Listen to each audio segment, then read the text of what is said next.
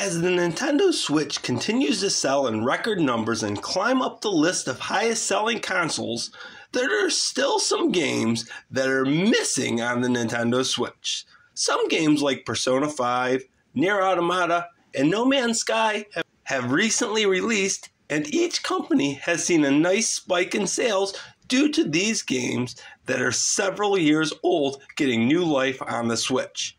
It makes me question if some companies even like money.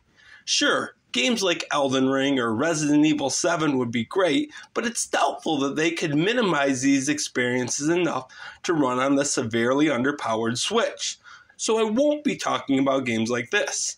In this video, we're going to talk about 5 games that would absolutely run on the Nintendo Switch, but they're missing.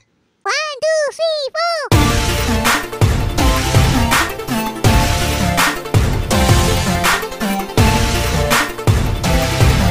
Number 5. The Sims. Does EA pay attention to sales charts?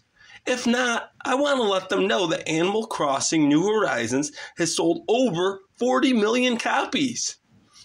The Sims is a life simulation game very similar to Animal Crossing. The most recent numbered Sims outing is The Sims 4, and that was released in 2014, and it was just recently made free to play.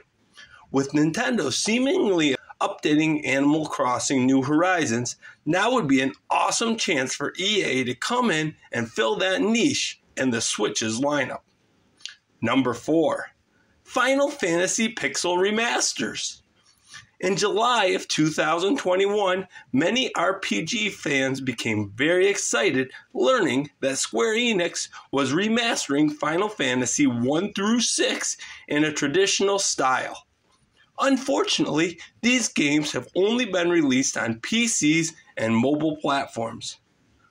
Due to its portable nature, the Switch has really become the home for RPGs, so why not get these games on the Switch? They will fit in nicely with the other Final Fantasy games that are already available. Number 3. Call of Duty Warzones. Call of Duty Warzones is a free-to-play battle royale game. The Switch has seen its fair share of these free-to-play shooter games with games like Fortnite, Apex Legends, and Overwatch 2. Call of Duty Warzones is playable on mobile platforms, so it should work on the Switch. In April of 2022, Activision announced that Call of Duty Warzone has surpassed over 100 million active players. How much would this number jump if the game was playable on the Switch? Number 2. Grand Theft Auto 5.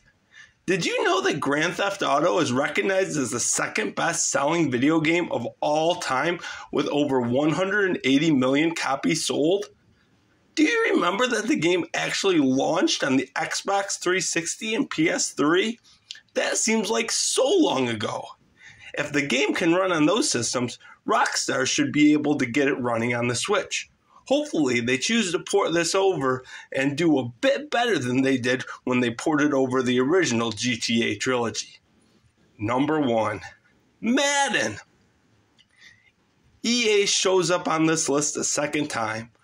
While the latest versions of Madden football would not run on the Switch, EA should do exactly as they do with the FIFA series on Switch and release a Legacy Edition of Madden.